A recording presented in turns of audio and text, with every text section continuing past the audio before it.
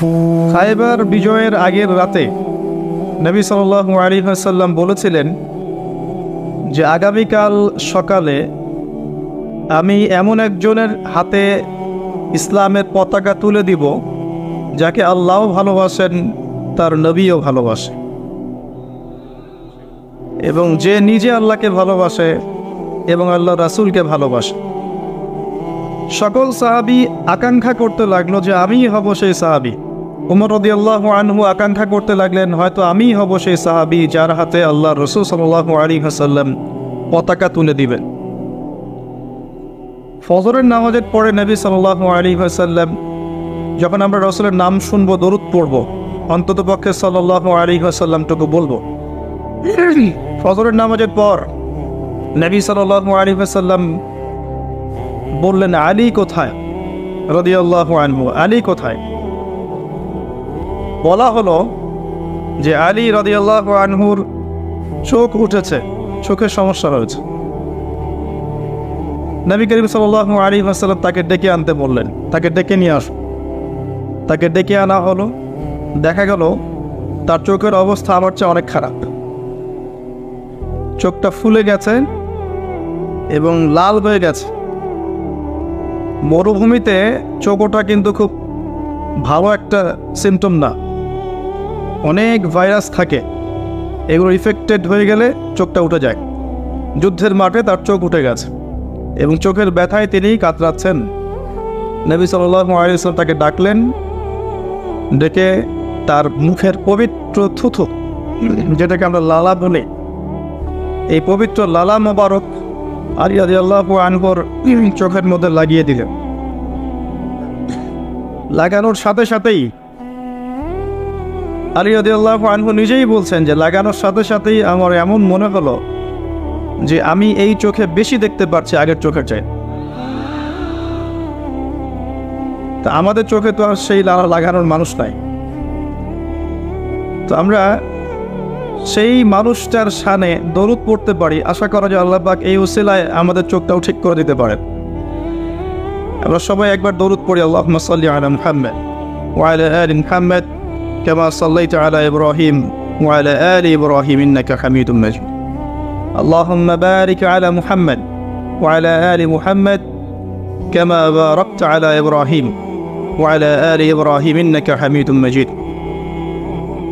নবী করিম সাল্লাল্লাহু আলাইহি ওয়াসাল্লাম একটা হাদিসের মধ্যে বলেছেন, কেউ যদি রাসূলুল্লাহ সাল্লাল্লাহু আলাইহি ওয়াসাল্লামের উপরে একবার দরুদ শরীফ পড়ে, আল্লাহ রাব্বুল আলামিন তাকে 10 বার রহম করবেন ইনশাআল্লাহ। তার আমলনামা থেকে 10টা পাপকে মিটিয়ে ফেলা হবে এবং তার আমলনামায় 10টা পুণ্য বা নেকি লিখে দেয়া হবে।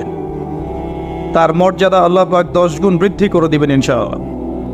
আরেকটা হাদিসে নবী সাল্লাল্লাহু আলাইহি ওয়াসাল্লাম বলেছেন, সবচেয়ে কৃপণ সেই ব্যক্তি যার সামনে মুহাম্মদ সাল্লাল্লাহু আলাইহি ওয়াসাল্লামের নাম উচ্চারিত হয়েছে কিন্তু সে তার শানে দরুদ পড়ে নাই। এর চেয়ে কৃপণ কোনো ব্যক্তি পৃথিবীতে নাই। আল্লাহ রাব্বুল আলামিনের স্পেশাল এক শ্রেণীর ফেরেশতা আছেন, মালায়েকা, যারা উম্মতের দরুদগুলোকে কালেক্ট করতে থাকেন। যখনই কেউ দরুদ পড়ে এবং সালাম পেশ করে নবী সাল্লাল্লাহু আলাইহি ওয়াসাল্লামের উপরে, এই স্পেশাল শ্রেণীর ফেরেশতারা এগুলো সংগ্রহ করে নবী সাল্লাল্লাহু আলাইহি ওয়াসাল্লামের কাছে পৌঁছে দেন এবং তিনি জবাব দিয়ে থাকেন, সালামের উত্তর দিয়ে থাকেন। আরেকটা হাদিস আমি বলেছিলাম এই সিজনে, আবারও বলছি, নবী করিম সাল্লাল্লাহু আলাইহি ওয়াসাল্লাম মিম্বরের প্রথম সিঁড়িতে তখন বলছেন আমিন, আবার দ্বিতীয় সিঁড়িতে গিয়ে বলছেন আমিন, তৃতীয় সিঁড়িতে গিয়ে বলছেন আমিন।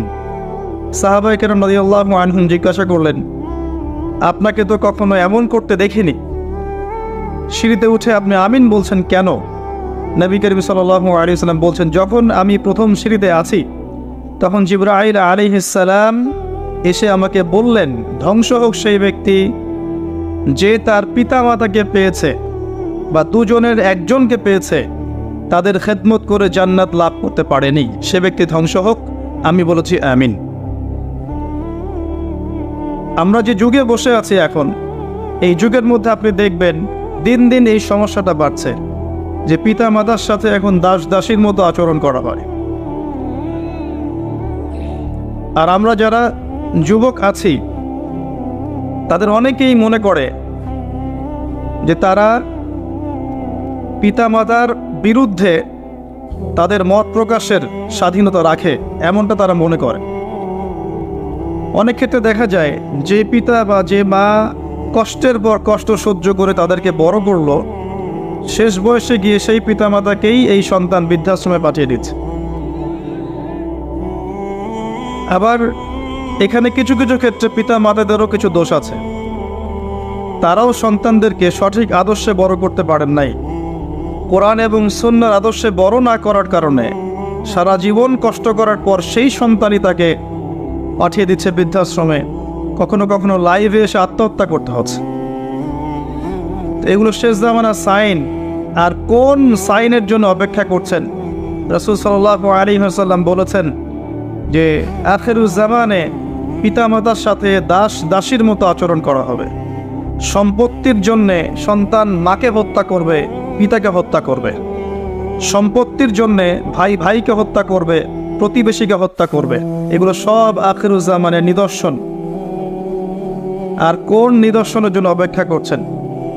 নবী করিম সাল্লাল্লাহু আলাইহি ওয়াসাল্লাম বলেছেন শেষ জামানায় মেয়েরা কাপড় পরবে, তারপরেও নগ্ন থাকবে। আর কোন নিদর্শনের জন্য অপেক্ষা করছেন? নবী সাল্লাল্লাহু আলাইহি ওয়াসাল্লাম বলেছেন وأن ترى الحفاة العراة العالة رياء الشاء يتطاولون في البنيان। কিয়ামতের অন্যতম আলামত বা সাইন হচ্ছে সমাজের সবচেয়ে নিম্ন শ্রেণীর মানুষেরা, যাদের পায়ে স্যান্ডেল ছিল না, গায়ে জামা ছিল না, এই শ্রেণীর মানুষেরা উঁচু উঁচু অট্টালিকা নির্মাণের প্রতিযোগিতা করবে। ফান্তাজিরিস সাআহ, তখন কিয়ামতের অপেক্ষা করো। বিগত ৩০০ বছরের বিশ্বের দিকে তাকিয়ে দেখবেন, যাদের এক সময়ে গায়ের জামা ছিল না তারা আজকে ১০০-২০০ তলা বিল্ডিং করেছে। প্রতিটা সেক্টরেই, ব্যক্তিগত জীবনে এমন হয়েছে, পারিবারিকভাবে হয়েছে, সামাজিকভাবে হয়েছে, ওয়ার্ল্ড অ্যাফেয়ার্সের ক্ষেত্রেও হয়েছে। এমন অনেক কান্ট্রি ছিল যেই কান্ট্রির মাথাপিছু আয় ছিল একদম নিম্নমানের, হঠাৎ করে তেলের কুয়া পেয়ে গেল, বিক্রি করে করে করে করে ১০০ তলা, ২০০ তলা, ৩০০ তলা।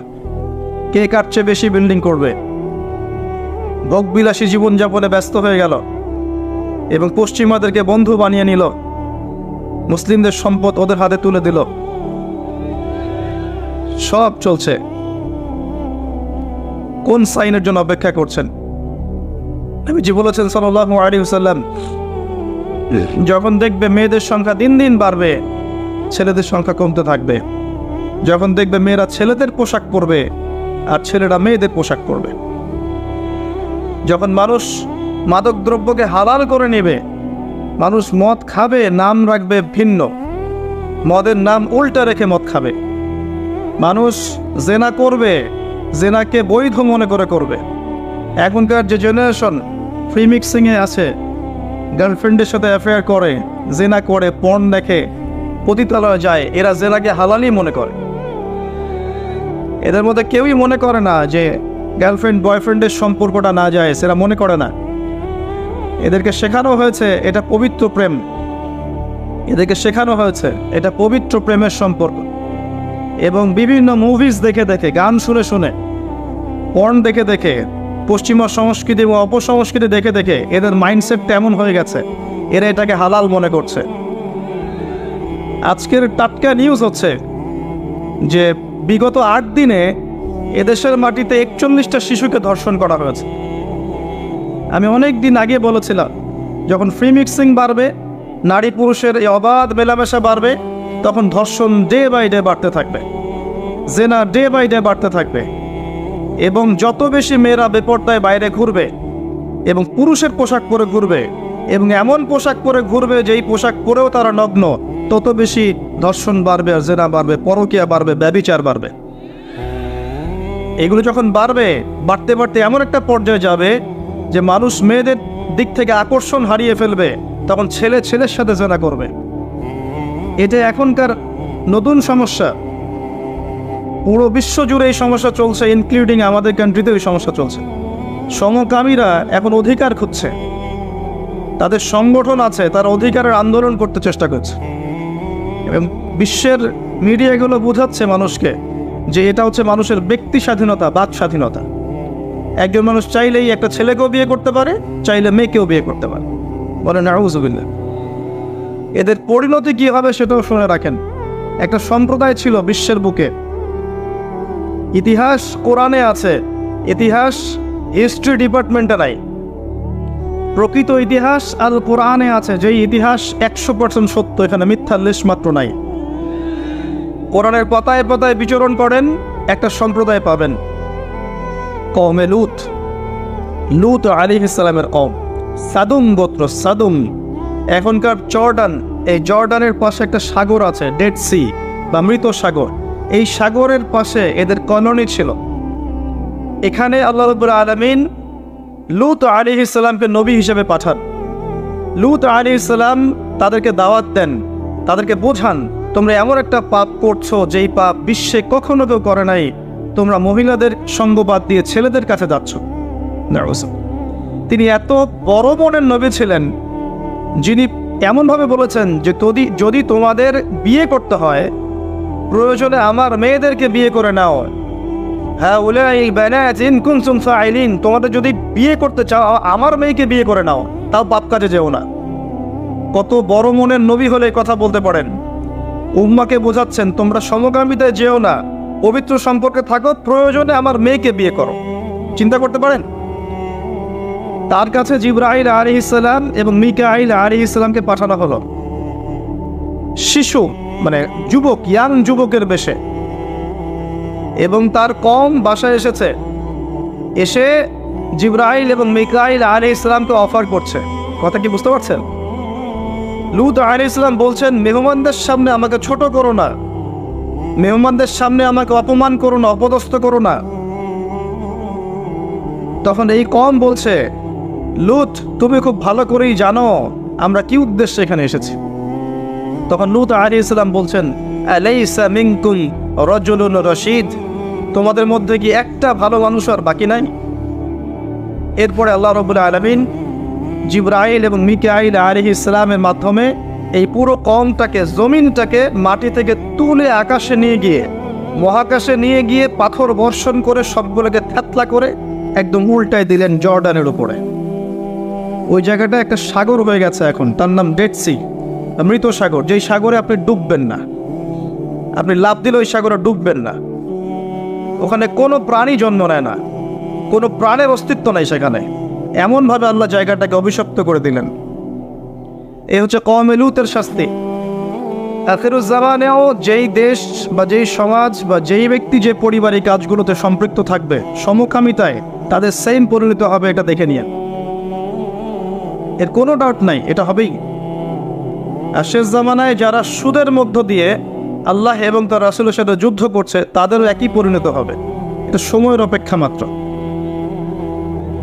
এখন আপনি আর কোন সাইনের জন্য অপেক্ষা করছেন? যখন সমকামিতা দিন দিন বাড়তে থাকবে, এর সাথে আরেকটা সমস্যা বাড়বে, সেটা হচ্ছে চাইল্ড অ্যাবিউজিং বা শিশুদেরকে ধর্ষণ করা। ডে বাই ডে, বিগত 8 দিনে এখানেই 42 জন শিশুকে ধর্ষণ করা হয়েছে, রিপোর্ট, সেকুলার মিডিয়া রিপোর্ট। আমাদের মেয়ে সন্তানদেরকে কার কোলে তুলে দিচ্ছেন? আপনার বাচ্চা সেফ না। কি পরিমাণ মানসিকতা নিচু হয়ে গেছে আমাদের, খেয়াল করে দেখেন। বিয়েকে কঠিন করে দেওয়া হয়েছে, জেনাকে উন্মুক্ত করে দেওয়া হয়েছে, ফ্রি মিক্সিংটাকে উন্মুক্ত করে দেওয়া হয়েছে, এবং এটাকে আমরা অ্যাপ্রিসিয়েট করছি, উৎসাহিত করছি। প্রত্যেক ঘরে ঘরে ছেলেমেয়েরা এখন ফ্রি মিক্সিংয়ের বয়ফ্রেন্ড গার্লফ্রেন্ড সম্পর্কে জেনায় লিপ্ত হচ্ছে, বই এক্সচেঞ্জ করছে, নোট এক্সচেঞ্জ করছে, একসাথে পড়াশোনা করছে, কফি খাচ্ছে, ঘুরছে ফিরছে, ডেটিং করছে, এক পর্যায়ে বেডে গিয়ে সেক্সুয়াল সম্পর্ক করছে, এবং এটাকে আমরা বলছি পবিত্র প্রেম। নাউযুবিল্লাহ। এবং এটি স্কুল লাইফ থেকে শুরু হয়ে কলেজ, বিশ্ববিদ্যালয়, চাকরি ক্ষেত্র, ব্যবসা ক্ষেত্র, প্রতিটা সেক্টরে ছড়িয়ে পড়েছে। ইভেন দেখা যায় পলিটিক্যাল মিছিলের মধ্যেও মেয়ের সামনে পিছনে ছেলেরা। প্রতিটা সেক্টরে ফ্রি মিক্সিং, এভাবে কাঠামো নষ্ট করে দেওয়া হয়েছে। এর উপরে আবার আছে পর্নোগ্রাফি, যার মধ্য দিয়ে যুব সমাজকে পশু বানিয়ে ফেলা হয়েছে। যে মানুষ পর্ন আসক্ত সে কখনো একটা মেয়ের দিকে সম্মানের চোখে তাকাতে পারে না। তার কাছে মনে হয় মেয়ে হচ্ছে একটা গোশতের টুকরা, একে ভক্ষণ করতে হবে, ভোগ করতে হবে, এতটুকুই। আমরা যখন আমাদের মায়ের দিকে তাকাই, আমরা কি এরকম ভোগের দৃষ্টিতে তাকাই? আমার বোনের দিকে যখন তাকাই, তাকে কি ভোগের দৃষ্টিতে তাকাই? ইভেন আপনার হালাল বিয়ে করে স্ত্রী, তার দিকে যখন আপনি তাকান, একটা ভালোবাসা প্রেম নিয়ে তাকান, এটা কি ভোগের মতো, পশুত্বের দৃষ্টি? কিন্তু একটা ধর্ষক যখন একটা ভিকটিমের দিকে তাকায়, তার দৃষ্টিটা হচ্ছে একটা পশুত্বের দৃষ্টি। এই দুইটা দৃষ্টির পার্থক্য আমরা বুঝতে পারছি না। যখন পর্ন আসক্ত হয়ে যাবে পুরো জেনারেশন, তখন ভিতর থেকে তারা পশু হয়ে যাবে, সুযোগ পেলেই ধর্ষণ করবে। যখন সে একটা মেয়েকে একা পাবে, সুযোগ পেলেই সে সুযোগ হাতছাড়া করবে না। যখন বাচ্চাদেরকে একা পাবে, তাকেও ধর্ষণ করে ফেলবে। দিন দিন বাচ্চাদের ধর্ষণ বাড়ছে, এবং যারা ধর্ষণ করছে এদেরকে আমরা প্রকাশ্যে এনে ফাঁসি দিতে পারছি না। ইসলামের এই বিধান ছিল এদেরকে প্রকাশ্যে জনসমক্ষে ফাঁসি দেওয়া, যাতে আরো 10টা মানুষ এখান থেকে শিক্ষা নিতে পারে। আমরা করতে পারছি না। এখানে আইনের দুর্বলতা আছে, তার ফলশ্রুতিতে দেখা যায় মানুষ পার পেয়ে যাচ্ছে, এবং ডে বাই ডে ধর্ষণ বাড়ছে। আপনি কি মনে করছেন আপনার ঘরের মা বোন সেফ? আমার ঘরের মা বোন সেফ? আমার ঘরের কন্যা সন্তান সেফ? আমরা পৃথিবী থেকে চলে যাওয়ার পরে আগামী 10, 20, 30 বছর পর কোন বিশ্বরা ফেস করবে আল্লাহ ভালো জানেন। কারো কোনো ফিকির আছে? আমরা পড়ে আছি ছোটখাটো বিষয়ে ইখতিলাফ নিয়ে, কে কাকে গালি দিব, কে কাকে গীবত করব, কার তহমত দিব, কে কোথায় হাত বাঁধবো, আমিন জোরে বলবো না আস্তে বলবো, মৌলিক সমস্যাগুলো নিয়ে মানুষের মাথা ব্যথা কমে গেছে। এবং আপোষে অভ্যন্তরীণ ইখতিলাফ, বিভক্তি করতে করতে আমরা মুসলিম উম্মাহকে কেটে আজকে টুকরা টুকরা করে ফেলেছি। না আছে কোনো ইউনিটি, না আছে কোনো ঐক্য, না কোনো ইমারা, না কোনো জামাআহ। আমরা বিভক্ত জীবনযাপন করছি, আর সমস্যাগুলো বাড়তেই আছে। কে সলিউশন দিবে? গভর্নমেন্টের একার পক্ষে কি সলিউশন দেওয়া সম্ভব? প্রশাসনের একার পক্ষে সব সমস্যা ডিল করা সম্ভব? যদি আমরা প্রত্যেকে যার যার অবস্থান থেকে সচেতন না হই, দায়িত্ব পালন না করি, তাহলে আমাদের এই পুরো সমাজটা নষ্ট হয়ে যাবে। সমাজ নষ্ট হয়ে গেলে আমরাও ভালো থাকতে পারবো না, আমার ঘরেও সেই বিষ বাষ্প আসবে। সমাজ যদি ধ্বংস হয়ে যায়, আমার ঘরও সেফ থাকবে না, আমার ঘরেও সেই ফিতনা আসবে, তখন আমাকেও ভিকটিম হতে হবে। এগুলো আখিরুজ্জামানের sign. Day by day rape বাড়বে, দেখবেন চাইল্ড অ্যাবিউজিং বাড়ছে। আমি আপনাকে এর পরের লেভেলটাও বলে দিচ্ছি, মিলিয়ে নিয়ে আজ থেকে 5-10 বছর পরে ইনশাআল্লাহ তাআলা। যে মানুষগুলো বাহ্যিক জ্ঞান এবং অভ্যন্তরীণ জ্ঞানকে কাজে লাগিয়ে আল্লাহর নূর দিয়ে পৃথিবীটাকে দেখবে, তারা আপনাকে আগামী দিন সম্পর্কে কিছুটা হলেও সতর্ক করতে পারবে ইনশাআল্লাহ। আর আমি অনেক দিন বলেছি, বাহ্যিক নলেজ আপনি বই পড়ে পেতে পারেন, আলেম ওলামার সোহবতে গিয়ে পড়তে পারেন, কনস্ট্রাকটিভ সিলেবাসে পড়াশোনা করলে করতে পারেন, কিন্তু ইন্টারনাল নলেজ আল্লাহর পক্ষ থেকে আসে। যখন আসবে, কখন আসবে? যখন আপনার কলবের মধ্যে আল্লাহর নূর থাকবে। নূর কখন থাকবে? যখন একটা কলব বেশি বেশি আল্লাহ জিকির করে, যখন বেশি বেশি মানুষ কোরআন তেলাওয়াত করে, কোরআন নিয়ে ভাবে, চিন্তা করে, গবেষণা করে, হাদিস নিয়ে ভাবে, ফিকির করে, তাদাব্বুর করে, তাফাক্কুর করে। যখন একটা কলবের মধ্যে হিংসা থাকে না, বিদ্বেষ থাকে না, রিয়া অহংকার থাকে না, লোক দেখানো বিষয় থাকে না, দুনিয়ার প্রেম থাকে না, মোহ থাকে না, তখন কলবের মধ্যে নূর আসে। এই নূর যখন আসবে, তখন আপনি খিদির আলাইহিস সালামের মতো দূর পর্যন্ত দেখতে পারবেন ইনশাআল্লাহ। কেন নৌকা ফুটা করা হয়েছে, কেন এই বাচ্চাকে হত্যা করা হয়েছে, আর কেন দেয়াল নির্মাণ করা হয়েছে, আপনি খিদিরের মতো বুঝতে পারবেন আলাইহিস সালাম, যেটা মূসা আলাইহিস সালাম বুঝতে পারেন নাই। আমার কথা কি ধরতে পারেন? সূরা কাফের মধ্যে এটা আছে না? মূসা আলাইহিস সালামের কাছে বাহ্যিক দৃষ্টি ছিল, আর খিদির আলাইহিস সালামের কাছে বাহ্যিক জ্ঞান, ইন্টারনাল অবজারভেশন দুটোই ছিল। তাই তিনি অনেক দূর পর্যন্ত দেখতে পেরেছেন। আল্লাহ নূর যখন আসবে কলবে, আপনিও দেখতে পারবেন। আগামীতে কি হবে আপনাকে আমি একটু ধারণা দিচ্ছি। আগামীতে ইনশাল্লাহ দেখবেন চাইল্ড অ্যাবিউজিং এর সাথে সাথে মানুষ গবাদি পশুর সাথে জেনা করা শুরু করে। আল্লাহর খুব ভরসা করে কথাটা বলে যাচ্ছে, মিলিয়ে নিয়ে।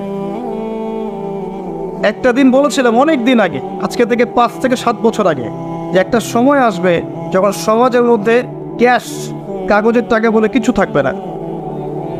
একটা সোসাইটি আসবে ক্যাশলেস সোসাইটি, খালি ডিজিট পার করবেন, জাস্ট ডিজিট পাস করবেন, ইলেকট্রনিক মানি, এভরিবার ইলেকট্রনিক মানি। আসবে বিটকয়েন, আসবে ক্রিপ্টোকারেন্সি, সবচেয়ে ডেঞ্জারাস বিষয় হচ্ছে ক্রিপ্টোকারেন্সির, যে ক্রিপ্টোকারেন্সির উপরে গভর্নমেন্টের কোনো নিয়ন্ত্রণ থাকবে না। এটা সবচেয়ে মারাত্মক বিষয়। একটা বড় পরিসরের রাষ্ট্রকে দেউলিয়া বানানো সম্ভব এই পলিসির মধ্য দিয়ে। যারা ইকোনমিক সেকশনে পড়াশোনা করেন, গবেষণা করেন, তাদের কাছে জিজ্ঞাসা করেন। আর তাদের কাছে জিজ্ঞাসা করেন যারা নর্মাল ইকোনমিক্সের সাথে ইসলামিক ইকোনমিক্স জানে, তাদেরকে জিজ্ঞাসা করবেন। একমুখী শিক্ষায় শিক্ষিতদেরকে জিজ্ঞাসা করলে আপনি সলিউশন পাবেন না।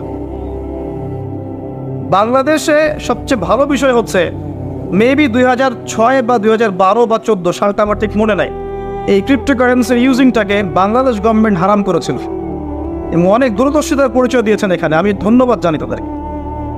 যতদিন যাবে এই ফিতনাগুলো বাড়তে থাকবে, মানুষকে লুটে নেওয়া হবে এভাবে। আপনার আমার সম্পদ সুদের মধ্য দিয়ে লুটে নেওয়া হয়েছে, সম্পদ পেপার মানির মধ্য দিয়েও সাক করা হয়েছে। পৃথিবীর একটা অংশ দিন দিন ধনী হয়েছে, আর একটা অংশ ডে বাই ডে প্রপার্টি ডিস্ট্রিবিউশনের মধ্যে চলে গেছে। এগুলো বুঝতে আরও সময় লাগবে, আরও দিন যেতে দেন, 5 বছর 10 বছর যাক, আপনারা নিজেরাই বুঝতে পারবেন ইনশাআল্লাহ তাআলা। বিষয়টা হচ্ছে যে এগুলো ভবিষ্যৎবাণী নয়, এগুলো বর্তমান। যখন মানুষ বাহ্যিক এবং অভ্যন্তরীণ জ্ঞান রাখবে না, তার কাছে বর্তমানের ঘটনাকে ভবিষ্যৎ মনে হবে। বর্তমান সম্পর্কে মানুষ যখন ওয়াকেফাল থাকবে না, গাফেল থাকবে যে বিশ্বে কি হচ্ছে, কি চলছে, জিওপলিটিক্সে কি চলছে, মিলিটারি সেকশনে কি চলছে, ইকোনমিক্সে কি চলছে, এই ফিতনাগুলোর মধ্যে, তখন মানুষের কাছে মনে হবে এগুলো হয়তো ভবিষ্যৎবাণী। আসলে এগুলো ভবিষ্যৎবাণী নয়, এগুলো সবই বর্তমান। বর্তমান সম্পর্কে আপনি অজ্ঞ বলেই বা আপনি জ্ঞান অর্জন করার ফিকির নেই বলেই আপনার কাছে এগুলোকে ভবিষ্যৎবাণী মনে হচ্ছে। আপনি 2 চোখ খোলেন, খিদিরের মতো হন আলাইহিস সালাম, আপনি দেখবেন সবকিছু আপনার কাছে স্পষ্ট হয়ে যাবে ইনশাআল্লাহ। আমরা এমন একটা সময় বাস করছি যেখানে আখিরুজ্জামানের ম্যাক্সিমাম সাইনগুলো দেখা যাচ্ছে। ম্যাক্সিমাম ডে বাই ডে আপনি ধর্ষণের বৃদ্ধি দেখতে পারবেন, ডে বাই ডে আপনি জেনা বাড়বে দেখবেন, মাদকদ্রব্য মানুষ বেশি বেশি খাবে। একটা মানুষ খুঁজে পাবেন না যে ব্যক্তি সুদ থেকে 100% মুক্ত থাকতে পারবে, একটা মানুষও পাবেন না। কিসের দাড়ি আর কিসের আমার টুপি আর কিসের জুব্বা, এগুলো বাদ দেন, বাহ্যিক বিষয় বাদ দেন, ইন্টারনালে আসেন।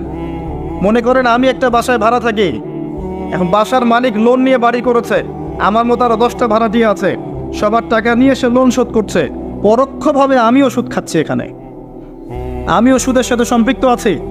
এটা সেই জামানা যে জামানা সম্পর্কে নবী সাল্লাল্লাহু আলাইহি ওয়াসাল্লাম বলেছিলেন যে ব্যক্তি সুদ থেকে দূরে থাকতে চাইবে, আখিরুজ্জামানে তার গায়েও সুদের ছিটাফোঁটা গিয়ে লাগবে, কেউ মুক্ত থাকতে পারবে না। টপ টু বটম দেখবেন সুদই কারবারের সয়লাব। আর কেন রাগ হচ্ছেন আমার সাথে? আল্লাহ রাব্বুল আলামিন পবিত্র কোরআনে বলেছেন, ইয়া আইয়ুহাল্লাযীনা আমানু, আমি আপনাকে আল্লাহর কালামটুকু শোনাতে এসেছি। জোর করে কাউকে কিছু মানানো যায়? এটা ইসলাম শেখায়? ইসলাম তরবারির জোরে কোনো কিছুকে মানতে শেখায়? ইসলাম শুধু দাওয়াত দিতে শেখায়। ফাযাক্কির ইন্নামা আনতা মুযাক্কির, শুধু অনুবাদ করতে চাচ্ছি আল্লাহর কথা। যে কোনো আলেমের কাছে গিয়ে অনুবাদের সত্যতা যাচাই করে নিয়েন। আল্লাহ বলছেন, ইয়া আইয়ুহাল্লাযীনা আমানু, হে মুমিনগণ, ইত্তাকুল্লাহ, তোমরা আল্লাহকে ভয় করো। ওয়া যারু মা বাকিয়া মিনার রিবা, সুদগুলো ছেড়ে দাও, সুদের অবশিষ্ট অংশগুলো ছেড়ে দাও। ইন কুনতুম মুমিনিন, যদি প্রকৃত অর্থে মুমিন হয়ে যাও। ওয়া ইন লাম তাফআলু, যদি তোমরা এই কাজটা না করো, অর্থাৎ সুদ না ছেড়ে দাও। ওয়া ইন লাম তাফআলু, যদি তোমরা সুদ না ছাড়ো, কে বলছেন? ফাযানু বিহারবি মিনাল্লাহি ওয়া রাসূলিহি, তাহলে আল্লাহ এবং তার রাসূলের সাথে যুদ্ধের ঘোষণা শুনে রাখো। Path is yours, the road is yours, রাস্তা আপনার, পথ আপনার। চুজ ইউর পাথ, আপনি আপনার রাস্তা সিলেক্ট করেন। আপনি আল্লাহর সাথে যুদ্ধ করবেন, তার নবীর সাথে যুদ্ধ করবেন, নাকি এগুলো ছেড়ে দিয়ে আল্লাহওয়ালা হবেন? আপনার সিদ্ধান্ত। কে আপনাকে বাধ্য করবে? কেউ নেই বাধ্য করার, কেউ বাধ্য করবে না আপনাকে। এটা আপনি ফিকির করবেন সারা জীবন যে হারাম রিজিকটা আপনি খাচ্ছেন, এইটা দিয়ে কি আপনার হজটা কবুল হবে কিনা, এটা দিয়ে আপনার উমরাটা কবুল হবে কিনা, এই টাকায় যখন সন্তান সন্ততি বড় হবে এরাও আল্লাহওয়ালা হবে কিনা, আপনি ফিকির করেন। আপনি চিন্তা করেন যে নবী মুহাম্মদ সাল্লাল্লাহু আলাইহি ওয়াসাল্লাম জেনা শব্দটা মুখ থেকে বলতেও লজ্জা পেতেন, জানেন? আমাদের নবীজি জেনা শব্দটা মুখ দিয়ে বলতেও লজ্জা পেতেন। একজন সাহাবী এসেছেন, এসে বলেছেন যে আমি অন্যায় করেছি ইয়া রাসূলুল্লাহ, আমি অন্যায় করেছি ইয়া রাসূলুল্লাহ, আমাকে পবিত্র করুন, দুনিয়াতে আমাকে শাস্তি দিয়ে দিন, পরকালে আমাকে কোনো শাস্তি দিয়েন না। নবীজি মুখ ফিরিয়ে নেন, একবার ডানে একবার বামে, মুখ ফিরিয়ে নেন, তার কথা যেন তিনি শুনছেন না। হ্যাঁ যাও, বাসায় গিয়ে ক্ষমা চাও, আল্লাহ মাফ করে দিবেন। কিন্তু সেই ব্যক্তি নাছোড়বান্দা, না আমাকে পবিত্র করেন, আমি অন্যায় করেছি, হুদুদ কায়েম করেন। তখন নবীজি বাধ্য হয়ে বলছেন, আবিকা মাজনুন, তুমি কি পাগল? তখন সেই ব্যক্তি বলছেন, না ইয়া রাসূলুল্লাহ, আমি পাগল নই, আমি অন্যায় করেছি, আমাকে পবিত্র করেন। কি তাড়না, যাতে আল্লাহর কাছে তাকে পরকালে শাস্তি পেতে না হয়, দুনিয়াতে শাস্তি দিয়ে দেন। কি তাড়না! এরকম মানুষ আছে এখন? চিন্তা করেন। তখন নবীজি বলছেন, এই কথাটা শোনেন, নবী সাল্লাল্লাহু আলাইহি ওয়াসাল্লাম বলছেন, তুমি কি করেছো? তুমি কি এমন কাজ করেছো? লিসেন, তুমি কি এমন কাজ করেছো? সুরমা দানি থেকে সুরমা বের করার সময় আমরা যেভাবে বের করি, তুমি কি এমন কিছু করেছো? আমি কি বুঝাতে পারছি? এখানে সবাই অ্যাডাল্ট, ব্যাখ্যা করার প্রয়োজন আছে? সুরমা দানি থেকে সুরমা বের করার জন্য আমরা যা করি, তুমি কি তেমন কিছু করেছো? খেয়াল করে দেখেন, প্রিয় নবী সাল্লাল্লাহু আলাইহি ওয়াসাল্লাম মুখে জিনা শব্দটা বলছেন না, বলতেও চাচ্ছেন না। তিনি এত উচ্চ মানের ভদ্র মানুষ, সুবহানাল্লাহ সাল্লাল্লাহু আলাইহি ওয়াসাল্লাম। সেই নবীর একটা কথা আপনাকে শোনাই। সেই নবীজি বলেছেন সহিহ বুখারীর হাদিসে যে সুদের পাপের ৭৩টা শাখা আছে, যার সবচেয়ে নিম্ন শাখা নিজের মায়ের সাথে জিনা করা। আমি কিভাবে আপনাকে বোঝাবো যে এটা তিনি কত বড় পাপ করেছেন? কাদের জন্যে? স্ত্রীর জন্যে? স্ত্রীর জন্য খাচ্ছে, সন্তানের জন্য খাচ্ছে, পরবর্তী প্রজন্ম মানুষ করার জন্যে, বা দুনিয়ার স্বার্থে? বিশ্বাস করেন, ওয়াল্লাহি আল্লাহর কসম করে বলছি, বিশ্বাস করেন, আপনার ইন্তেকালের পরে 40 দিন সময় লাগবে না এদের আপনাকে ভুলে যেতে। ওয়াল্লাহি আল্লাহর কসম করে বলছি, এই মানুষগুলোর কেউই আপনার প্রকৃত অর্থে আপন নন। আপনার অবস্থানকে তারা ভালোবাসে, আপনাকে তারা ভালোবাসে না। আপনাকে শুধু আপনার রব আল্লাহ ভালোবাসেন। আপনি তার উপর তাওয়াক্কুল করে হারাম ছেড়ে দেন, আপনাকে আল্লাহ বেহিসাব রিজিক দেবে ইনশাআল্লাহ, ইনশাআল্লাহ তাআলা। মানুষের অবস্থানকে মূল্যায়ন করে, আপনার পরে তার আপনাকে মনে রাখবে না। আপনি আমি যদি আজকে পৃথিবীতে নাও থাকতাম, আমরা পৃথিবীতে নাও থাকতাম, পৃথিবীর ঘূর্ণন কমে যেত না। পৃথিবী ঘুরতই, রাত হতো, দিন আসতোই, আমাদের স্ত্রী সন্তানরা বেঁচে থাকতো, মা বোনরা বেঁচে থাকতো, সবাই যার যার জায়গায় ঠিকই থাকতো, আমরাই থাকতাম না। এটাই বাস্তবতা, এটাই দুনিয়ার নির্মম বাস্তবতা। তাহলে এই দুনিয়ার সংক্ষিপ্ত জীবনে কাদের কথা চিন্তা করে আপনি আল্লাহর অবাধ্যতা করছেন? কাদের কথা চিন্তা করেন? স্ত্রী সন্তান পরিবার পরিজন ছেড়ে দেন, আল্লাহর ওয়াস্তে হারাম ছেড়ে দেন, হালালে চলে আসেন। আমরা ইসলাম নিয়ে অনেক বড় বড় কথা বলি, কিন্তু সবচেয়ে বড় কথাটা হচ্ছে এই আয়াতটা, যেটা আমি তেলাওয়াত করতে যাচ্ছি। ইয়া আইয়ুহাল্লাযীনা আমানু, হে মুমিনগণ, আলাইকুম আনফুসাকুম, তোমরা নিজের আগে নিজেদের নফসটাকে ঠিক করো। নিজেরা ভালো হও, পরের দিকে আঙ্গুল পরে উঠাও। নিজেরা ঠিক হও, নিজে আগে জ্ঞান অর্জন করি, নিজে আগে আমল করি, নিজে আগে হালাল খাই, নিজে পরিবার ঠিক করি, নিজে আমি দ্বীন ইসলামের জন্য ক্ষুদ্র পরিসরে কিছু করার চেষ্টা করি, অন্যের ভুলের দিকে আঙ্গুল পরে উঠাই। দেখবেন ইনশাআল্লাহ প্রত্যেকে যদি নিজের ফিকির করি, আস্তে আস্তে সমাজ ঠিক হয়ে যাবে ইনশাআল্লাহ। নিজে ঠিক না হলে কিচ্ছু ঠিক হবে না। আর নিজে ঠিক না হয়ে মানুষকে ঠিক করতে যাওয়া ঠিক নয়। একটা বাতি যখন জ্বলবে, একটা বাতি থেকে আর অনেক বাতি জ্বলবে ইনশাআল্লাহ। আল্লাহ পাক আমাদের সবাইকে হালাল রিজিক অন্বেষণ করার তৌফিক এনায়েত করুন, আমিন।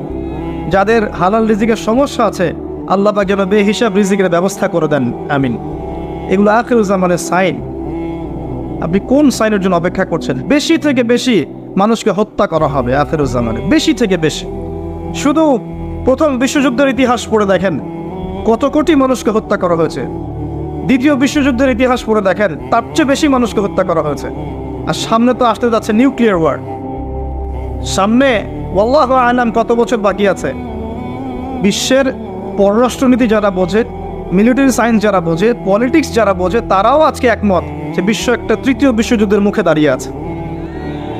যে কোনো সময় ম্যাসাকার অবস্থা হয়ে যেতে পারে। আমরা চাই না হোক, আমরা কখনো চাইব না এটা হোক, কারণ হলে পরে বিশ্ববাসী আর এই পৃথিবীটা পাবে না। হলে পরে বিশ্ববাসী আর এই পৃথিবী পাবে না। তবে দুটো হাদিস না বললে আমানতের হক আদায় হবে না। নবী সাল্লাল্লাহু আলাইহি ওয়াসাল্লাম বলেছেন, ইউফ্রেটিস নদী অচিরেই তার সোনা বের করে দিবে। কোথায় ইউফ্রেটিস নদী? কোথায়? ইরাক, ফোরাত ফোরাত ইউফ্রেটিস অচিরেই তার সোনা বের করে দিবে, আজ পর্যন্ত কি দিয়েছে? তার মানে এটা সামনে, নাকি এটা নিয়ে আর বলার দরকার নাই? কিছু মানুষের বক্তব্য এমন, এগুলো হাদিসের পাতা আছে, থাক, এগুলো নিয়ে পড়াশোনা করার দরকার নেই। তাহলে এগুলো কি করব? ধুবো আর পানি খাবো? পানিতে ভিজাবো আর পানি খাবো? ইউফ্রেটিস তার স্বর্ণের পাহাড় বের করে দিবে। নবী সাল্লাল্লাহু আলাইহি ওয়াসাল্লাম বলছেন, এই সোনাকে কেন্দ্র করে 80টা দেশ একত্রে যুদ্ধ লিপ্ত হবে। কতটা দেশ? 80টা দেশ, 80টা ফ্ল্যাগ, 80টা পতাকা বলেছেন। পতাকা এখন কোথায় দেখতে পারবেন আপনি? 80টা আলাদা আলাদা রাষ্ট্র। নবীজি বলেছেন, এখানে প্রত্যেক 100 জনের মধ্যে, এই যুদ্ধে যারা অংশ নেবে তাদের প্রতি 100 জনের মধ্যে 99 জন মানুষ মারা যাবে। বিশ্ব কি এমন কোনো যুদ্ধ এখনো দেখেছে যেখানে 99% মানুষ মারা গেছে? আর আপনাকে এটা বোঝার জন্য পিএইচডি করতে হবে না যে ঢাল তলোয়ারের যুদ্ধ হলে বা AK-47 যুদ্ধ হলে কখনো কি 99% মানুষ মারা যাবে? নিঃসন্দেহে এমন কোনো অস্ত্র সেখানে থাকতে হবে যেটা পড়লে ম্যাসাকার হয়ে যাবে, যেটাকে আমরা বলি থার্মোনিউক্লিয়ার ওয়েপেন্স অথবা নিউক্লিয়ার ওয়েপেন্স। এমন কিছু থাকতে পারে। আর বিশ্বের এখন পরাশক্তিগুলোর হাতে এগুলো আছে। যদি একজন ছুড়ে দেয়, অন্য পরাশক্তি কি বসে থাকবে? সুবহানাল্লাহ। আর মাহফিলের মধ্যে অনেক ডিটেলস ওয়ার্ল্ড অ্যাফেয়ার্সের কথা বলা যায় না। এই জন্যে আমি অনেক দিন বলেছি, আমি যতটুকু জানি আমি তার 30-40% কখনো বলতে পারি নাই। আমি যতটুকু জানি আলহামদুলিল্লাহ এর 30 থেকে 40% আমি কখনো বলতে পারিনি। আর এই ভয়েও বলি না যে আমি যা বলেছি তার মধ্যে এখন মনে হয় 50-60-70% আমি আমল করতে পারছি না। এই ভয়ে আমি কথা বলতে চাচ্ছি না। কথা কি বুঝতে পারছেন? মানুষ সেটাই বলবে যা সে আমল করবে। কঠিন একটা সিচুয়েশন। নবী সাল্লাল্লাহু আলাইহি ওয়াসাল্লাম এরকম একটা ভবিষ্যৎবাণী করে গেছে, বেশি থেকে বেশি মানুষ মারা যাবে। এখানেই 80টা দেশ একত্রিত হয়ে 99% মানুষ মারা যাবে, কমব্যাটেন্ট যারা ওই যুদ্ধে অংশ নেবে। আর একটা কথা, নবীজি মুসলিমদেরকে বলেছেন তারা যেন এই সোনার ধার কাছেও না যায় এবং এই সোনাকে কেন্দ্র করে এই যুদ্ধে তারা যেন হাত না লাগায়, এদের সাথে জড়িত না হয়। মুসলিম প্রতিটা রাষ্ট্রের এখানে হেদায়েত আছে, মুসলিমরা যেন এদের সাথে যুক্ত না হয়। সিম্পল, মুসলিমরা আলাদা থাকবে, পৃথক। ওরা মারামারি করে মারা যায়, যান। একটা দেশ অস্ট্রিয়া হাঙ্গেরি, ওখানে রাজপুত্র হাঁটছে, তার স্ত্রী পাশে, হঠাৎ করে গুলি আসলো, তারা ডেড। এখন অস্ট্রিয়া হাঙ্গেরি 14 দিন সময় দিয়েছে, হত্যাকারীকে খুঁজে বের করতে হবে, না পারলে পাশের রাষ্ট্রকে আক্রমণ করব। পাশের রাষ্ট্রকে তারা আক্রমণ করে দিল। এটা 1914 সালের দিকের ঘটনা, সামার অফ 1914, জুন জুলাই মাসের দিকের ঘটনা, 1914 দিকের ঘটনা। তারপরে কি হলো শোনেন, পাশের রাষ্ট্রকে আক্রমণ করা হলো।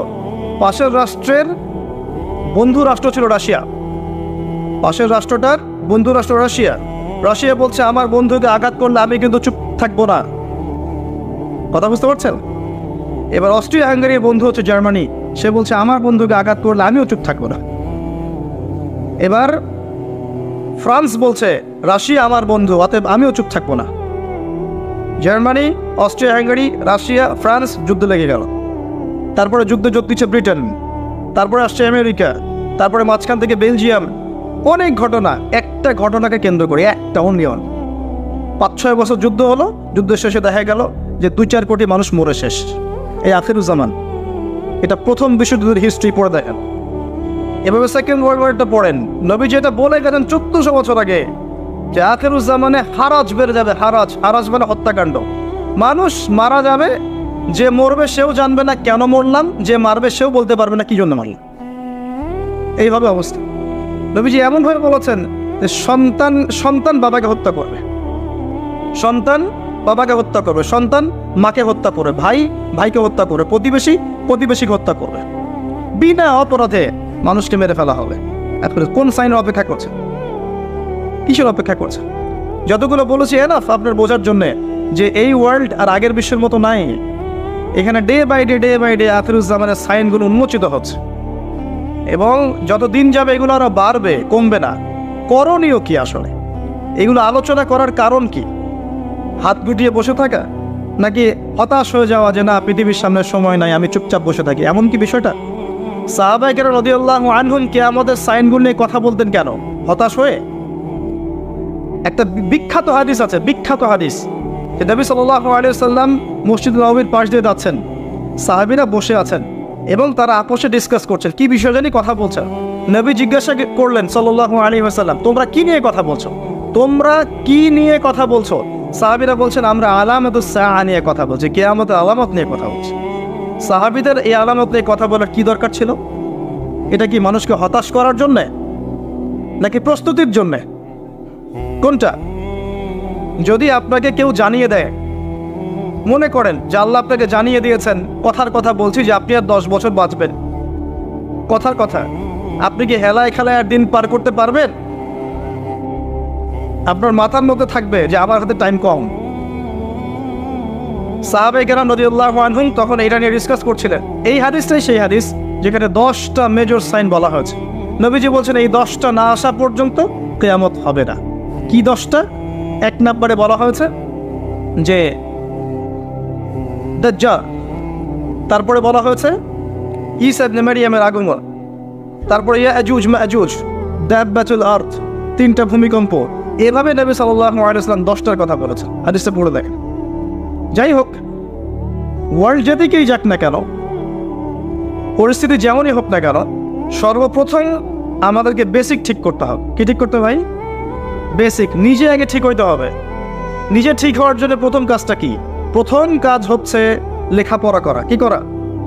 পড়াশোনার কোনো বিকল্প নাই, লেখাপড়া সবাইকে করতে হবে।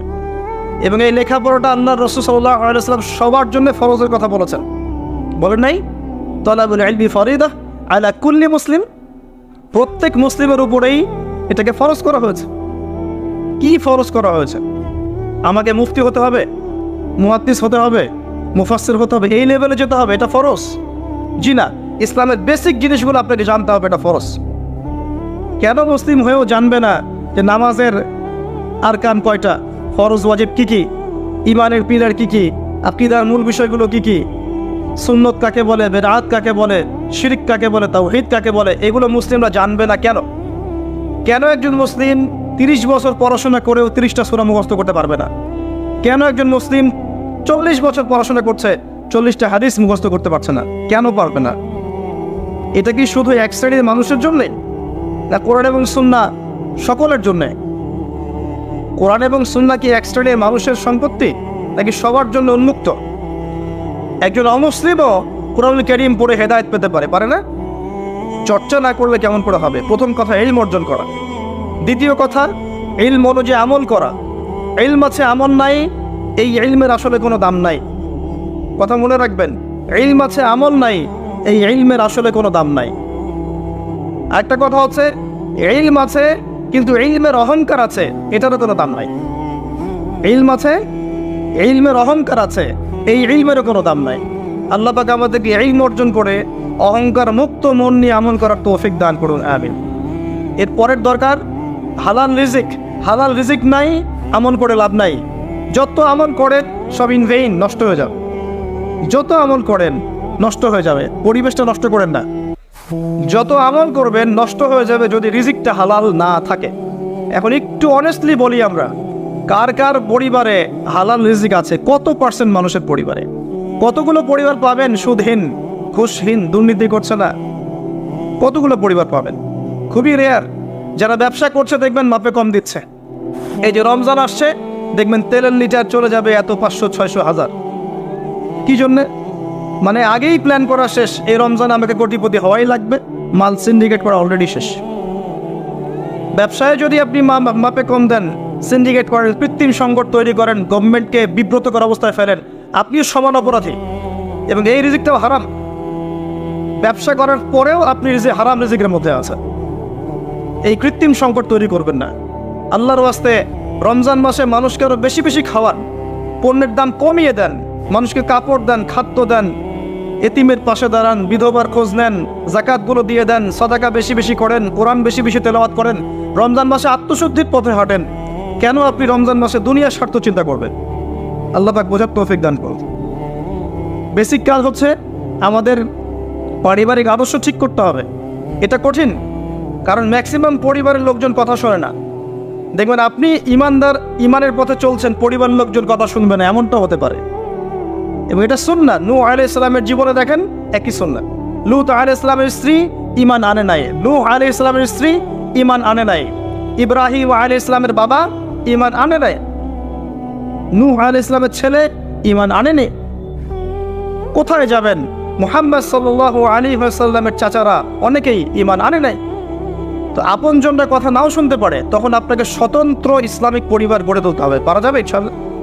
হালাল খাবেন, স্বতন্ত্র ইসলামিক আদর্শ পরিবার গড়ে তুলুন। পরিবারের মধ্যে তাওহীদ থাকবে, সুন্নাহ থাকবে, তালিম থাকবে, পর্দা থাকবে, ইসলামী অনুশাসন এবং সংস্কৃতি থাকবে। সারা দুনিয়ায় গোল্লায় যা যাক, আপনি পরিবারটা ঠিক রাখবেন। পারা যাবে ইনশাআল্লাহ?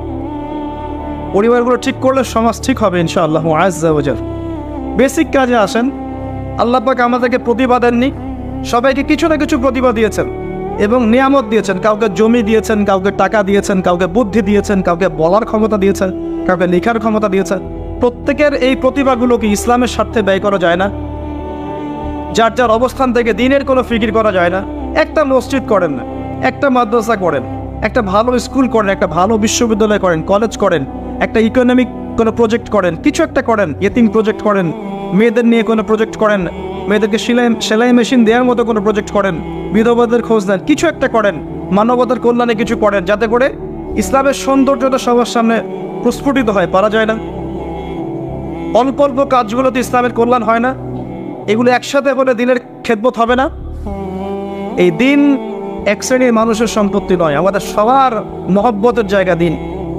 আমরা যদি সবাই সবার জায়গা থেকে কাজ করি, ইনশাআল্লাহ দেখবেন দেশ এগিয়ে যাবে, জাতি আগাবে, গভর্নমেন্টের জন্য ভালো, উম্মার জন্য ভালো, সবার জন্য ভালো হবে ইনশাআল্লাহ তাআলা। আর যত বেশি আমরা কোরআন এবং সুন্নাহ থেকে দূরে সরে যাব, তত বেশি নৈতিক জায়গা থেকে আমরা সরে আসব, নৈতিকতার অবক্ষয় হবে।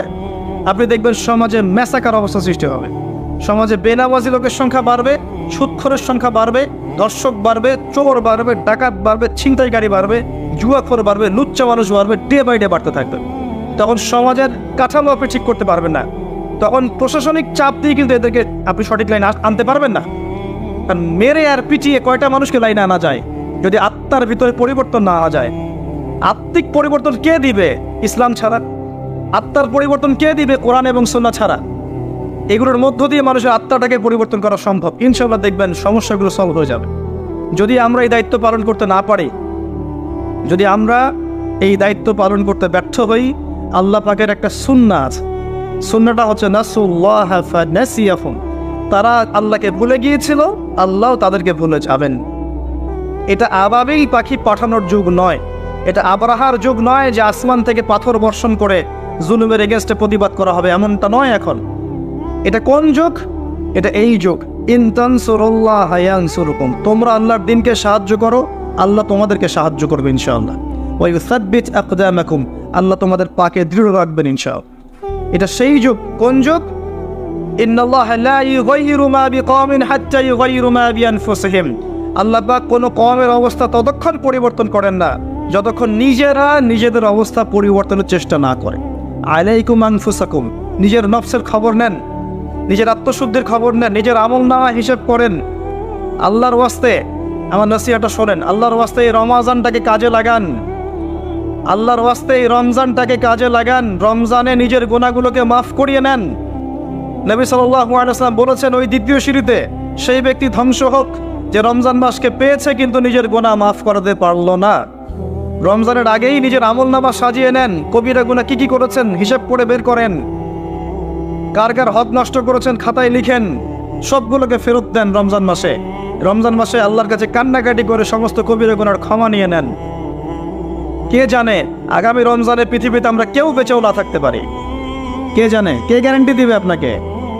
আজকে থেকে 2 বছর আগে ওই ইউক্রেনও ভেবেছিল যে আমরা ভালো থাকবো, কিন্তু আল্লাহ পাকের পরিকল্পনা ভিন্ন।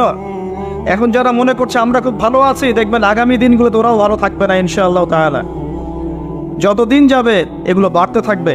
রমজানকে কাজে লাগান প্রিয় ভাইয়ারা। রমজানে আল্লাহর ওয়াস্তে প্রত্যেক দিন এক পারা করে কোরআন পড়েন, প্রত্যেক মাস পুরো মাসে একবার কোরআন খতম করেন, তারাবির নামাজ পড়েন জামায়াতের সাথে, 5 ওয়াক্ত নামাজ পড়েন, বেশি বেশি দান সাদাকা করেন, বেশি বেশি ইফতার করেন, মানুষকে বেশি থেকে বেশি ইফতার করান, কাপড় দেন, খাবার দেন। ওই যে হোটেলগুলো আছে রমজান মাসে খোলা থাকে, পর্দা টাঙানো থাকে, এগুলো এই সংস্কৃতি, পর্দা সংস্কৃতি বাদ দেন। যে জায়গায় পর্দা আনতে হয় সেই জায়গায় নিয়ে আসেন, যেখানে পর্দা দেওয়া লাগে না সেখানে দিয়েন না। পর্দা কোথায় লাগে? পর্দা লাগে নারীর গায়ে, আর আপনি পর্দা ঝুলিয়েছেন হোটেলের মধ্যে যাতে মানুষ গিয়ে খাবার খেতে পারে। এগুলো বয়কট করেন, এগুলোর দরকার নাই। রমজান মাসে বেশি বেশি বাজারে যায়েন না, মাসের বাজার আগে করে ফেলেন। রমজানটাকে কাজে লাগান, সময়টাকে কাজে লাগান। যদি সম্ভব হয় এই মাসে কোরআনটা পুরোটাকে একটু অর্থসহ পড়ার চেষ্টা করেন। আল্লাহর ওয়াস্তে রাসূল সাল্লাল্লাহু আলাইহি ওয়াসাল্লামের সুন্নাহগুলোর উপর আমল করেন, রমজানটা কাজে লাগান। নবীজি বলেছেন সাল্লাল্লাহু আলাইহি ওয়াসাল্লাম, সেই ব্যক্তি ধ্বংস হোক, লিসেন, সেই ব্যক্তি ধ্বংস হোক যে রমজান মাসকে পেয়েছে কিন্তু তাকে পেয়েও নিজের গুনাহগুলোকে মাফ করতে পারে নাই। আরেকটা কথা যেটা বলতে চাচ্ছিলাম, নবীজি বলেছেন সাল্লাল্লাহু আলাইহি ওয়াসাল্লাম, যার সামনে আমার নাম উচ্চারিত হয়েছে কিন্তু আমার নাম শুনেও সে সাল্লাল্লাহু আলাইহি ওয়াসাল্লাম দরুদ পড়ে নাই, সে ব্যক্তিও ধ্বংস হয়ে যাক। নবীজি বলেছেন আমিন। অতএব আলোচনা অনেক লম্বা করলে লম্বা হতে থাকবে, কিন্তু মৌলিক কথাগুলো বলতে বেশি সময় লাগে না। সুদীর্ঘ সময়ে সুরেল আওয়াজ করে, জিকিরের নামে ডিজে জিকির করে, মানুষকে হাসি খুশি দিয়ে রং তামাশা করে মাহফিলের সময় নষ্ট করার কোনো মানে হয় না। এক একটা মাহফিল এক একটা দিনের আমানত, এক একজনের বক্তা এখানে আমানত নিয়ে বসেছে। আমানতের খেয়ানত করলে আল্লাহ পাক তাদেরকে ধরবেন ইনশাআল্লাহ তাআলা। এক একটা মাহফিল এক একটা নেয়ামত। এত বেশি মাহফিল অন্য কোনো দেশে হয় বলে আমাদের জানা নাই, কিন্তু আমরা মাহফিলের বিষয়গুলোকে নষ্ট করে ফেলছি। এটাকে আমরা সিন্ডিকেট বানাচ্ছি, প্রফেশনাল ভাবে নিচ্ছি, এখানে দুনিয়ার স্বার্থকে আমরা জড়িয়ে ফেলেছি। আল্লাহ পাক আমাদেরকে বোঝার তৌফিক দান করুন। এখানে অনেকেই দেখা যায় অনলি ফর আইওয়ার শোডাউনের জন্য আসে, অনলি ফর জাস্ট একবার দেখার জন্য, চিড়িয়াখানার প্রাণীর মতো সেলফি তোলার জন্য, ভিডিও করার জন্য, ইউটিউবিংয়ের জন্য, ডলার কামাই করার জন্য। কি দরকার আছে? প্রয়োজন নাই। লৌকিকতা ছেড়ে দেন, আল্লাহর জন্য, আল্লাহ দিনের জন্য কাজ করে। আমি অনেক দিন বলেছি, দেখেন বহু মানুষ খ্রিস্টান হচ্ছে, বহু মানুষ কাদিয়ানি হচ্ছে, বহু মানুষ শিয়া হচ্ছে। আপনি কি অনলাইনে জানতে পারেন? পারেন না, কারণ তারা এত শোট আউট করে না। আমরা মনে হয় এক ওয়াক্ত নামাজ পড়লে 10টা ছবি দিয়ে দিই যে আমি আজকে এক ওয়াক্ত নামাজ পড়েছি। এত লৌকিকতা কেন? কি দরকার? এগুলো করতে গেলে ইসলামিক যে ব্যক্তিত্বরা আছে, লৌকিকতা করতে গেলে এবং তাদেরকে নিয়ে বাড়াবাড়ি করতে গেলে মনের মধ্যে রিয়া আসে এবং অহংকার আসতে পারে। এতটুকুই যথেষ্ট ওই মানুষকে ধ্বংস করার জন্য। নবীজি বলেছেন, অন্ধকার রাত্রে কালো পাথরের উপরে কালো পিঁপড়া হেঁটে গেলে যেমন দেখা যায় না, বোঝা যায় না, রিয়া এবং অহংকার এরকম জিনিস সূক্ষ্ম, এগুলো মানুষের মনে আসে, মানুষ বুঝতে পারে না। অতএব লৌকিকতা করবেন না, বেসিক কাজগুলো করেন। আমার কথা যদি একটু হার্শ মনে হয় আল্লাহর ওয়াস্তে ক্ষমা করবেন, কিন্তু বাস্তবতা এরকম। এগুলো বাস্তবতা ইসলাম সেই স্বর্ণযুগে নাই। এখন আমরা একদম বেসিক একটা জায়গায় আছি। এখন ওমর রাদিয়াল্লাহু আনহুর যুগ নয়, আবু বকর সিদ্দিক, উসমান, আলীর যুগ নয়, এমনকি এখন উমাইয়া আব্বাসীয় খেলাফত নয়, উসমানীয় খেলাফত নয়। এখন আমরা এমন একটা জেনারেশনে বাস করছি যে সারা ওয়ার্ল্ডের নেতৃত্ব দিচ্ছে ইসলামের দুশমনরা। এখানে আপনি যদি বেসিক ঠিক না করতে পারেন, 20 তলার স্বপ্ন দেখে লাভ নাই। যদি আমরা বেসিক ঠিক না করতে পারি, নিজেরা ভালো না হই, প্রত্যেকটা বেসিক কাজ ঠিকঠাক মতো করতে না পারি, আমাদের বাচ্চাদেরকে ঠিক মতো মানুষ করতে না পারি, পারিবারিক আদর্শ সুন্দর না করি, কোরআনওয়ালা না হই, সুন্নাওয়ালা না হই, তাসকিয়া না অর্জন করি, আলেম ওলামার সহবতে না যাই, আত্মশুদ্ধি না অর্জন করি, সময়গুলোকে কাজে না লাগাই, আল্লাহর কসম করে বলছি, আল্লাহ পাক কি করবেন জানেন? আল্লাহ পাক এটা করবেন, ওয়া ইন তাতাওয়াল্লাউ ইয়াস্তাবদিল কওমান গায়রাকুম। তোমরা মুসলিমরা যদি মুখ ফিরিয়ে নাও, দায়িত্ব পালন না করো, তাহলে আল্লাহ পাক তোমাদেরকে সরিয়ে দিয়ে নতুন কওমকে নিয়ে আসবেন। সুম্মা লা ইয়াকুনু আমসালাকুম, তারা তোমাদের মতো অপদার্থ হবে না। আমরা কি চাই আল্লাহ পাক আমাদের সবাইকে সরিয়ে দেখ এবং এই সুযোগটা আমরা হাতছাড়া করতে চাই? আমরা কি এই জীবনটা কখনো পাবো ফিরে? যে এই 60-70, 50, 60, 70, 100 বছরের জীবন আর কখনো ফিরে আসবে? একটা একটা করে দিন রাত বছর চলে যাচ্ছে, আর কখনো ফিরে আসবে? আসবে না। শয়তান 3টা ধোঁকা দিয়ে থাকে। শয়তান বোঝায় এখন অনেক সময় পড়ে আছে, পরে করে নিও। এই করতে করতে কত মানুষ কবরে চলে গেছে, তার ফিকির নাই। শয়তান বোঝায় এখনই এত তাড়াহুড়ার কি আছে, কেবল যুবক, কেবল যৌবন, বার্ধক্যে গিয়ে ভালো হয়ে যেও। শয়তান এগুলোকে বোঝায়। শয়তান বোঝায় তুমি পারবে না, তোমার দ্বারা হবে না। আবার শয়তান এটাও বোঝায় আমি অনেক জানি, আমার জানার কোনো দরকার নাই। শয়তানের ধোঁকাগুলো থেকে বেঁচে থাকেন। আল্লাহর ওয়াস্তে আল্লাহর নাজিলকৃত কোরআন এবং সুন্নাহকে আঁকড়ে ধরেন। চরমপন্থী হয়েন না, ইসলামের নামে এমন কিছু করতে যায় না যাতে ইসলামের ক্ষতি হয়ে যায়। যত চরমপন্থা ছড়িয়েছে ইসলামের নামে, এগুলো মুসলিমদের মাধ্যমে ছড়ায় নাই, এগুলো একটা পশ্চিম এজেন্ডা ছিল। এরা ইসলামটাকে সারা বিশ্বের সামনে জঙ্গিবাদ আর সন্ত্রাসবাদের ধর্ম নামে তুলে ধরার জন্য এই কাজগুলো ঘটিয়েছে পরিকল্পিতভাবে।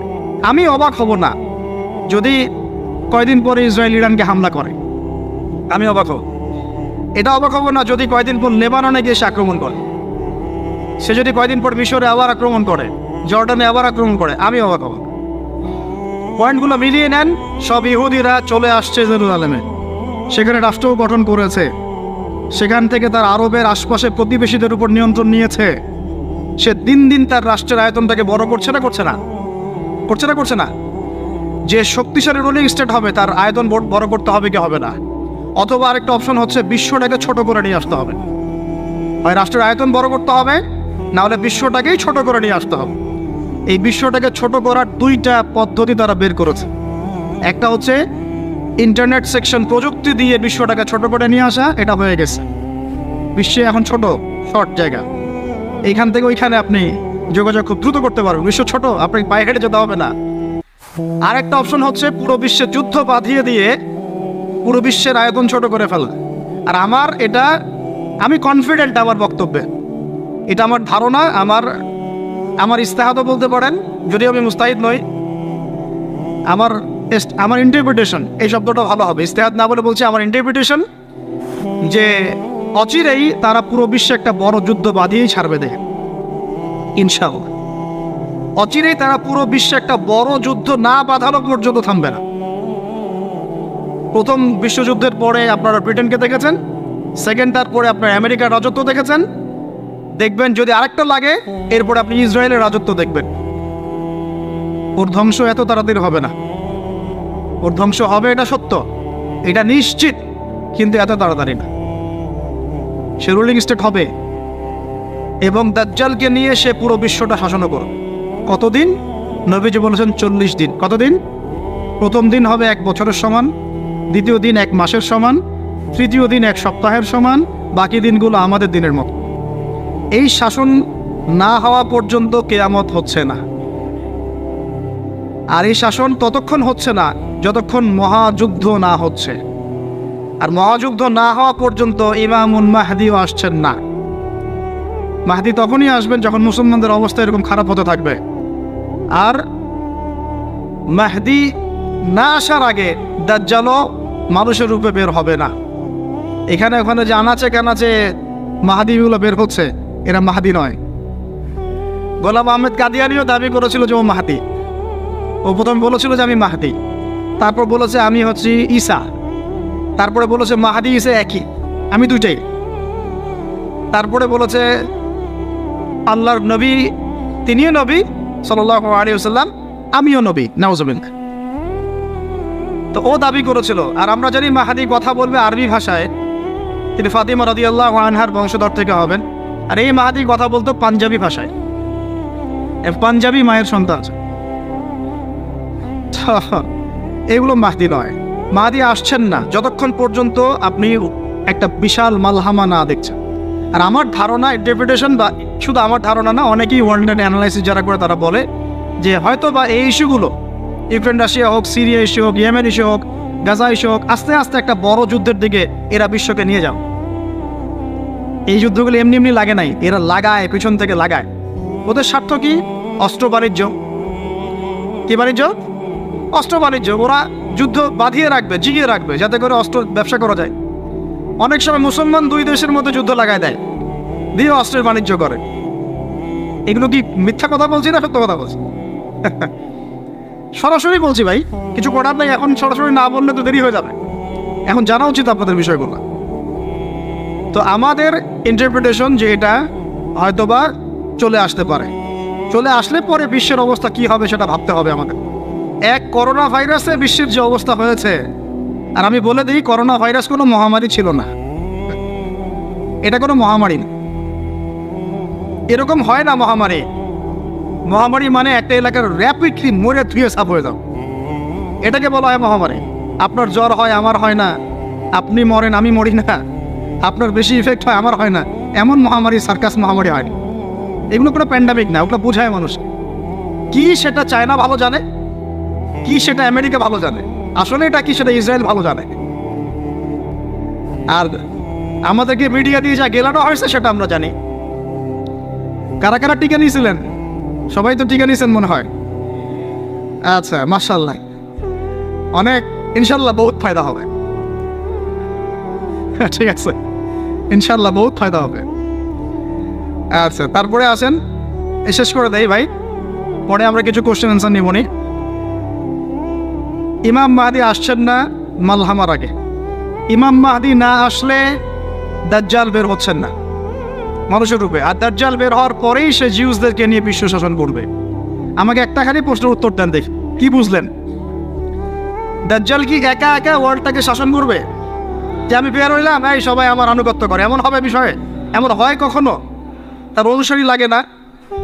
এই অনুসারী সম্পর্কে হাদিসে স্পষ্ট বলা হচ্ছে ইহুদিরা ওকে ফলো কর। কোন ইহুদি? যাদের 2000 বছর থাকার কোনো জায়গা ছিল না। এই 14-18 সালে তারা ঢুকলো, তুর্কিদেরকে হটাই দিল, ফিলিস্তিনের জায়গা দখল করলো। এই 18 সাল থেকে 23 সাল পর্যন্ত প্রায় বলা যায় পুরা ফিলিস্তিনই দখল করে ফেলছে, অলমোস্ট, অল্প কিছু জায়গায় বাকি আছে। তারা সেখানে রাষ্ট্র গঠন করলো, জেরুজালেমকে রাজধানীও বানাই দিল, আয়তনও বাড়াচ্ছে দিন দিন আস্তে আস্তে, তাই না? দিন দিন আয়তনও বাড়াচ্ছে, একের পর এক যুদ্ধ করছে, কেউ ওর সাথে পারছে না। যুদ্ধে কিন্তু পারা যাচ্ছে না ওর সাথে। আরবরা সবাই মিলে যুদ্ধ করেছে, পারে নাই, একবার দুইবার না, 4 বার, তাই না? এবং সে ওয়ার্ল্ডের বড় বড় সেক্টরগুলো নিয়ন্ত্রণও করছে। আপনার কি মনে হয় ইউনাইটেড নেশনস বলেন, আমেরিকা বলেন, এগুলোর উপরও নিয়ন্ত্রণ নাই? ওরা যদি 1 লক্ষ শিশুকেও হত্যা করে, এক বোম দিয়ে যদি 1 লক্ষ শিশুকেও হত্যা করে, নিরপরাধ, তবুও ইউনাইটেড স্টেট অফ আমেরিকা বলবে আমরা আমাদের মিত্রর পাশে আছি। কথা বুঝেন নাই? ওরা 1 লক্ষ শিশুকেও যদি হত্যা করে, তবুও পশ্চিমারা এবং ইউএসএ বলবে আমরা তার সাথেই আছি। যদি না বলে আমার নাম বদলাই, ওরা কথা বলবেই। তারপরেও আপনার চিনতে বাকি থাকে যে কারা ইসলামের পক্ষে, কারা বিপক্ষে, কারা দাজ্জালকে ফলো করবে, এখনো চিনতে বাকি থাকে আপনার। তাহলে তো আপনিও অন্ধ হয়ে গেছেন দাজ্জালের মতোই। ওই যে উলাইকা কাল-আনআমের মতো, লাহুম আ'য়ুনুন লা ইউবসিরুনা বিহা, চোখ আছে দেখতে পারে না। আমার কথা বিশ্বাস করছেন না? এই যে 6,000 6,500 মানুষকে মারা হয়েছে, এর মধ্যে অর্ধেক শিশু। এরপরে বলেছে যদি ইসরায়েলের এগেনস্টে কেউ কোনো পদক্ষেপ নাই, আমি রণতরী পাঠাই দিব এখন। বলে নাই? খবর দেখেন না? ওরা ওর বিরুদ্ধে যাবে না। তাহলে এরা সবাই একই সূত্রে গাথা, এরা আলাদা কেউ না, এরা সবাই একই। চাচাতো ভাই, মামাতো ভাই, খালাতো ভাই, এরা সবাই কাজিন সিস্টার। আর আমাদের মুসলিম রাষ্ট্র মাশাআল্লাহ 57টা, আমাদের বক্তব্য এই পর্যন্তই।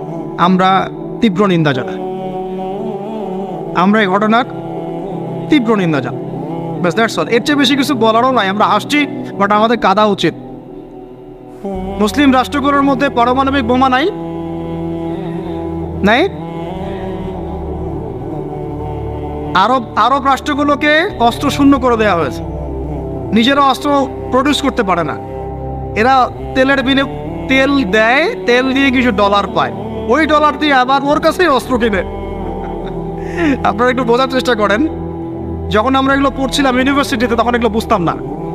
ইউনিভার্সিটিতে আমরা এগুলো ছড়ছড়া করে মুখস্থ করেছি, বিশ্বাস করেন। এই যে ওদের অ্যালায়েন্স, পলিটিক্যাল অ্যাফেয়ার্স, এইটা ওইটা, এগুলো মুখস্থ আমাদের, কোনটা কোন সাল কি ছিল, এখনই বরং ভুলে গেছে। কিন্তু ইসলামের সাথে যখন এটা মেলানো শুরু করলাম, তখন দেখলাম যে বাপরে বাপ, গভীরে তো অনেক কথা আছে, এর শেকড় তো অনেক গভীর। মানে বিষয়টা বোঝেন যে আমি তেল বিক্রি করব শুধুমাত্র ডলারে, অন্য কোনো কারেন্সিতে না। মানে ধরেন যে এই ব্রিফকেস ভর্তি টাকা আছে, কি আছে ভাই, এটাতে ধরেন যে 1 কোটি টাকা আছে, আর আমি গেলাম আবুধাবিতে। কোথায়? আবুধাবি। তো গিয়ে বললাম যে শেখ, এই যেখানে এই ব্রিফকেসে 1 কোটি টাকা আছে, নট ডলার, টাকা, আমাকে 5 লিটার তেল দেওয়া যায়? জীবনে আমাকে তেল দিবে না। এই বক্সটা আমি নিয়ে গেলাম টাকার জায়গায় ডলার দিয়ে, শেখ আমার কাছে ডলার আছে 1 ব্রিফকেস, আমাকে কি এখন তেল দেওয়া যায়? অবশ্যই, কুল্লু খালাস। অবশ্যই ইয়া হাবিবি কুল্লু খালাস আসেন তেমনি যান।